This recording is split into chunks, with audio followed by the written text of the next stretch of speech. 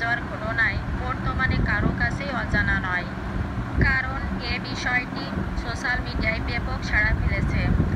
আর এই বিষয়টি নিয়ে অনেক আলোচনা ও সমালোচনা হচ্ছে সোশ্যাল মিডিয়ায়। এই আলোচনা সমালোচনার মাঝে বেরিয়ে এলো নতুন চাঞ্চল্যকর ঘটনা। এই ঘটনায় জানা যাচ্ছে পলাশার এই চাকরি নাকি সুস্মিতাকে দেওয়া হয়েছে। পলাশার অকালে চলে যাওয়াকে কেন্দ্র করে নেটিজেনরা দুইভাবে বিভক্ত হয়েছেন। একদল মানুষ তো দোষী হিসাবে গণ্য করেছেন পলাশার মা আরতি সাহাকে, আর একদল মানুষ রীতিমতো দোষারোপ করে চলেছেন পলাশার স্ত্রী সুস্মিতা সাহাকে। কিন্তু এখানে যে কে দোষী এটা এখনো আইনিভাবে প্রকাশ পায়নি, কিংবা আইনের সাথে যুক্ত লোকেরাও এ বিষয়ে কোনো স্পষ্ট তথ্য মিডিয়াতে তুলে ধরেননি।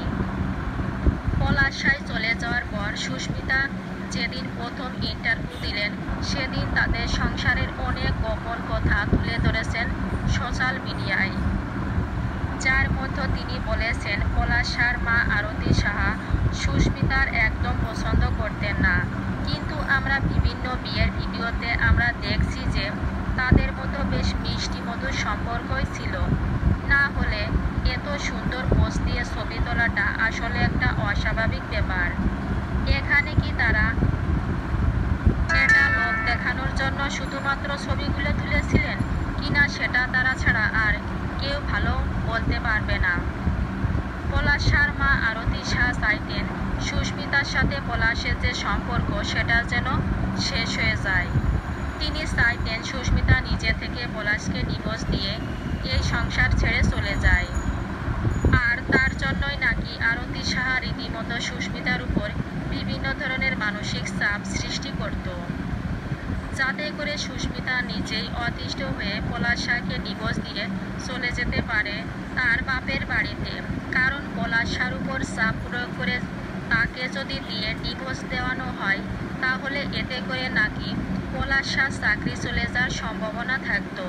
কিন্তু এত চেষ্টা করেও কি হলো? আসল মানুষটা তো সবার উপর রাগ করে চলে গেলেন না ফেরার দোষে। আর এখন শোনা যাচ্ছে যে পলাশার যে চাকরি সেটা নাকি সুস্মিতা সাহাকে দিয়ে দেওয়া হয়েছে। আমাদের দেশের প্রেক্ষাপটে বিসিএস চাকরি কিন্তু খুবই সম্মানের দৃষ্টিতে দেখা হয়। আর এই বহুল আলোচিত পলাশ সাহা ছিলেন ২৭তম বিসিএস-এর পুলিশ ক্যাডারের একজন কর্মকর্তা, যিনি র্যাব ৭-এর সিনিয়র সহকারী পুলিশ সুপার হিসেবে কর্মরত ছিলেন। এর আগে তিনি পুলিশের বিশেষ শাখায় এসপি হিসেবে কর্মরত ছিলেন। এখন প্রশ্ন হলো, তিনি যেহেতু নেই, তাহলে তার এই বিশেষ সম্মানিত পদের অধিকারী কে হবেন? শোনা যাচ্ছে তার এই বিশেষ পদের অধিকারী হবেন তাহার সহধর্মিণী সুস্মিতা সাহা।